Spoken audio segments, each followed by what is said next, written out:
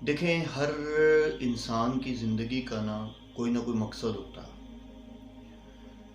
کوئی نہ کوئی ایم ہوتا ہے، کوئی اس نے گول بنایا ہوا ہوتا ہے اپنی لائف کا، کوئی مطلب اس نے ہدف سیٹ کیا ہوا ہوتا ہے، ٹھیک ہے، اور وہ اس ہدف کو لے کے چلتا ہے، اس کے لیے وہ جد و جہد کرتا ہے، اس کے لیے وہ بھاگتا ہے، ٹھیک ہے۔ اس کی ایک سمپل سی مثال ہے کہ فور ایگزامپل اگر ایک انسان نے اپنا ہدف سیٹ کیا ہوا ہے، اگر ہم دین کے پوائنٹ آف ویو سے دیکھ لیتے ہیں، اس نے دیکھا ہے، اس نے ہدف سیٹ کیا ہے کہ اللہ نے ہمیں اس دنیا میں اس لیے بھیجا کہ ہم اس کے دین کو پھیلائیں، ٹھیک ہے۔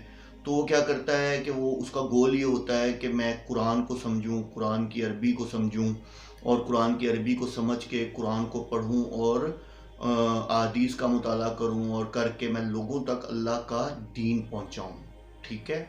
دیکھیں، مذہب اور دین میں فرق ہے، ٹھیک ہے۔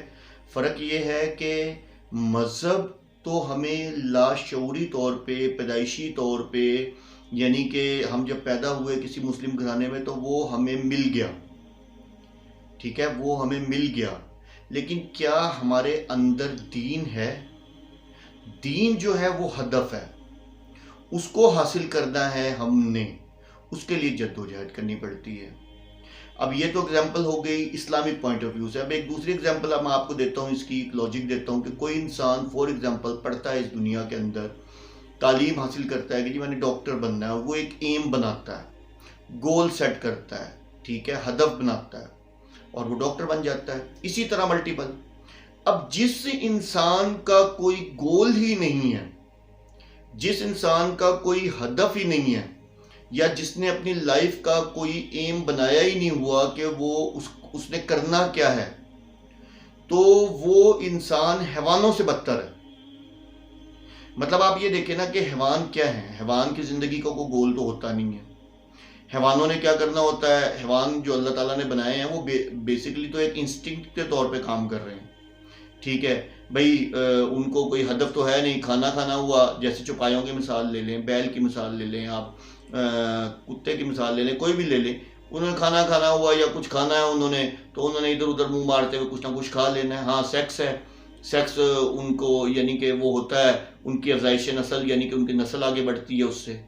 ادروائز تو ان کی زندگی کا کوئی گول نہیں ہے، ان کی زندگی تو یہ ہے کہ بس وہ اللہ تعالیٰ نے یعنی کہ بیسیکلی ایز اے انسٹنکٹ ان کو، یعنی کہ وہ اپنی زندگی گزار رہے ہیں، ٹھیک ہے۔ ان کی زندگی کا کوئی ہدف نہیں ہوتا۔ اسی لیے اللہ تعالیٰ نے قرآن میں واضح فرمایا ہے کہ بعض جو ہیں انسان، میں آپ کو خلاصہ بتا رہا ہوں اس آیت کا، کہ بعض جو انسان ہیں وہ تو چوپایوں سے بھی بدتر ہیں، یعنی کہ چوپایوں کی طرح کی زندگی گزار رہے ہیں۔ یہ کیوں کہا ہے؟ وہ اس لیے کہا ہے کہ ہمارا اگر کوئی مقصد ہی نہیں ہوگا، بھئی سب سے پہلا مقصد تو ہمارا اس دنیا میں آنے کا کیا ہے؟ وہ یہ ہے، ہمارا مقصد جو ہے، اللہ جو ہم سے چاہتے ہیں وہ تو یہ ہے کہ ہم جو ہے اللہ اور اس کے رسول کے چیزوں پہ، اللہ اور اس کے رسول کے احکامات پر عمل کریں، ٹھیک ہے، اپنی آخرت سنواریں، اس دنیا کو ایز اے مسافر لے کے چلیں، ٹھیک ہے۔ تو ہدف ہونا، زندگی کا جو آپ کا مقصد ہونا، وہ بہت ضروری ہے۔